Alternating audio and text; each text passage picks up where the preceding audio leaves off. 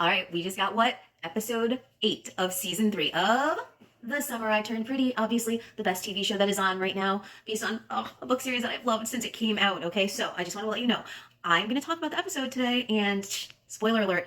Obviously, there will be some references to the book. Obviously, there's going to be episode references. So if you haven't seen it yet and you do not want to see it, I'm going to give you a 5-second countdown to scroll along. But I would love it if you stayed because, hey, I know you're going to watch the episode anyway. And if you watch this, you can be looking for this stuff while you watch it if you haven't seen it yet. So in 5, 4, 3, 2, smash cut 1. Okay, now let's get into it. I want to talk to everyone who is Team Conrad because that is me. I am so Team Conrad. I mean, God, such a snack this season. Always a snack. Have been a fan of him ever since the books. And even more so since Chris Briney started playing him in season 1 and Lover played. We all love that scene. Okay, anyway, but today, what I want to talk about first is the letter. That's right. We just got a letter. We just got a letter. We just got a letter. And I wonder who it's from. Well, you know what? Who's it from? Susanna. That's right. Susanna wrote all 3 of our main characters' letters that were to be opened on their wedding days. So we also kind of remember from season 2 that those letters got mixed up. And in the books, you know that there's this mix up too. So the letter that Conrad hands to Jer is actually a letter that was meant for Conrad. And let's break down from this awesome screenshot, because I'm that crazy fan who makes screenshots of this stuff right down here, what that letter says. Because get this, okay, our Connie baby, he has been doing everything that Susanna said in her letter that he obviously hadn't written yet, didn't even know it existed. He has been doing everything in the letter this season to show Belly just how much he truly loves her.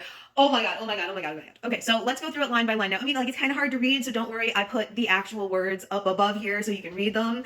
But here's a picture of the letter, obviously. So here's what it says. Sorry, I'm going to read it from my computer because I typed it up so that I get it right. But here's what the letter says.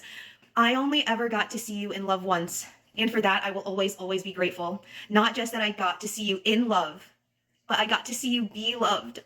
Oh, the way she looked at you. It was like you were the only boy in the world. As a mother, there is no greater gift than to see her child be so dearly loved by another person. Today, if there is even a fraction of the love I saw then, I am more than happy. I am overjoyed. Now, that's the first paragraph, okay? And I think that's all that Jer reads, but maybe he reads more of it. And you know he's always really jealous about this because he's always, like, freaked out about the fact that, like, Belly looks at Conrad like he's the frickin' son. Because, I mean, like, hello, he is. He's our ring bearer. He's our ring bearer. Okay, but here's the second part, right?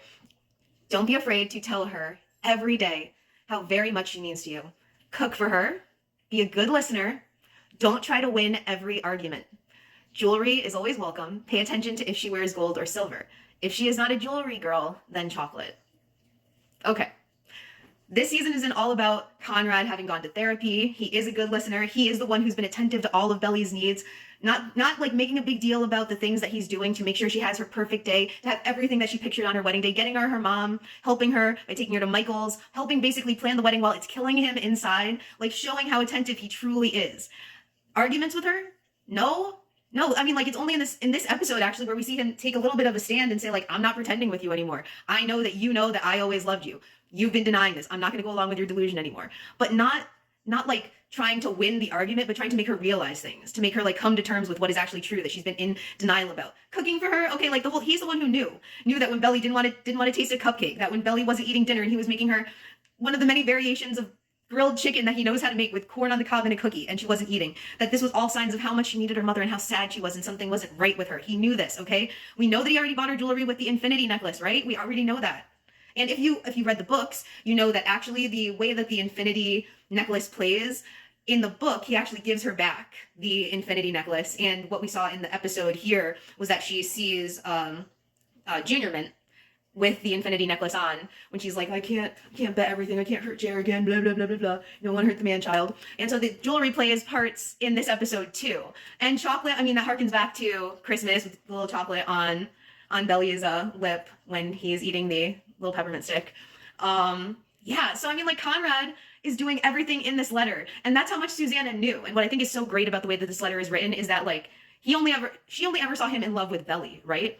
And so when she's describing what you should do to show the person you're in love with how you're in love with them and how much they mean to you, she's very clearly talking about Belly. So to me, I'm like, she thought and knew in her mind that they were going to get back together. That she clearly wanted them together. Sorry, Jer, this is not what Susanna would have wanted. This awful codependent marriage where you were just replacing Susanna with Belly as your mom figure. I'm sorry.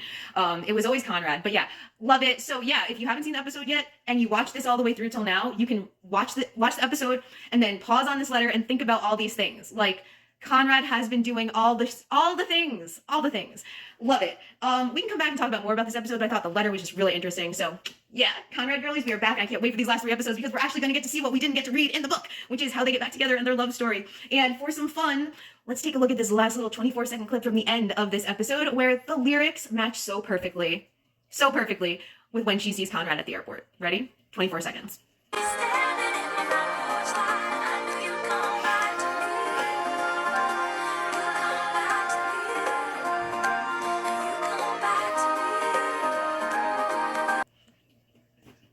You'd come back to me, you'll come back to me, and who's it focused on? It's focused on Conrad. We are so endgame. All right, love you all. See you in the next one.